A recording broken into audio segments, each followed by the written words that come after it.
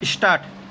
सरकारी कर्मचारियों के लिए एकीकृत पेंशन योजना अर्थात यूपीएस लाकर केंद्र सरकार ने लाखों कर्मचारियों की एक पुरानी मांग को पूरा करने की दिशा में एक ठोस कदम उठाया है।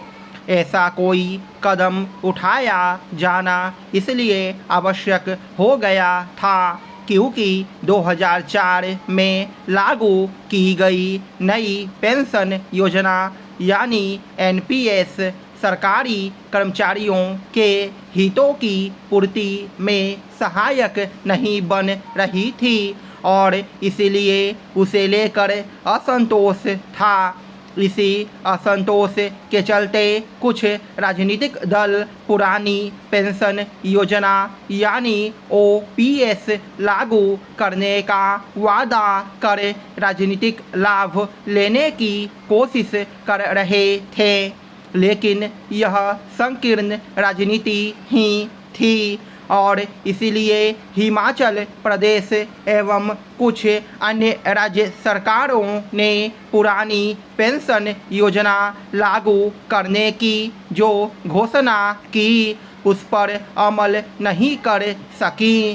तथ्य यह भी है कि कांग्रेस को हिमाचल प्रदेश के अलावा अन्य कोई चुनावी लाभ भी नहीं मिला और यही कारण रहा कि लोकसभा चुनाव में कांग्रेस ने पुरानी पेंशन योजना को लेकर कहीं कोई वादा भी नहीं किया। यह आश्चर्यजनक है कि अब वही कांग्रेस यूपीएस को लेकर सरकार पर तंज कस रही है और इस योजना को सरकार का एक और यू टर्न बता रही है।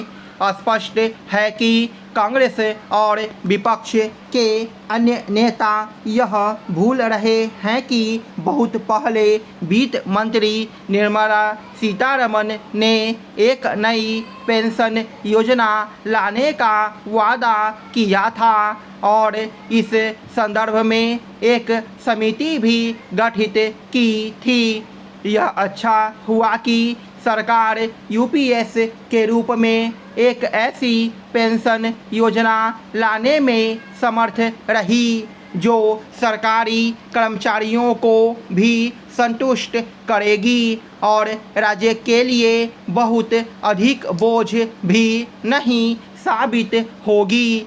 यह योजना इसलिए सरकारी कर्मचारियों को संतुष्ट करने वाली है क्योंकि यह काफ़ी कुछ पुरानी पेंशन योजना शरीक ही है। अंतर केवल इतना है कि नई पेंशन योजना में कर्मचारियों को 10% योगदान देना होगा।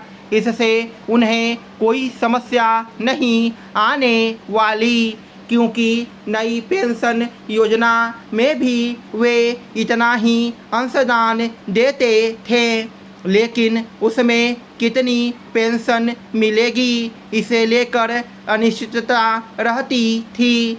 यह लगभग तय है कि राज्य सरकारें भी यूपीएस को अपनाना पसंद करेंगी और महाराष्ट्र सरकार ने तो इस दिशा में पहल भी कर दी है।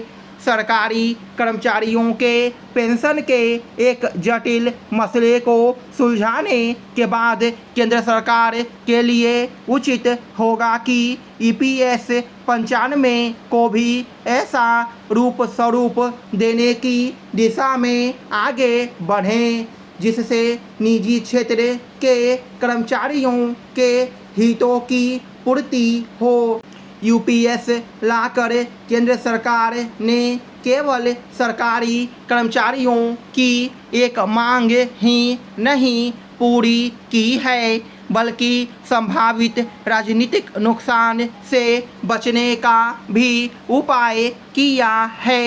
अब जब सरकारी कर्मचारियों के पेंशन हितों की रक्षा के लिए कदम उठा लिया गया है तब उनके लिए भी यह आवश्यक हो जाता है कि वे अपने कामकाज में जवाबदेही और जिम्मेदारी का परिचय दें।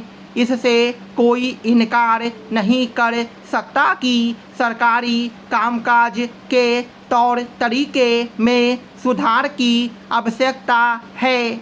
स्टॉप।